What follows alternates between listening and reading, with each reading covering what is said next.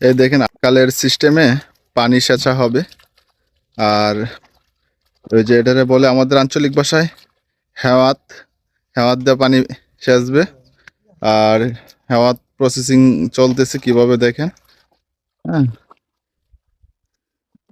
তো অবশ্যই এটা কার অঞ্চলে এইভাবে পানি সেচা হয় সে জিনিসটা একটু জানাবেন।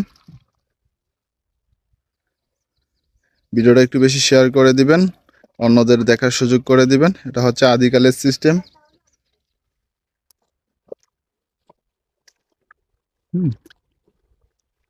এই যে দেখেন প্রসেসিং শুরু হয়ে গেছে।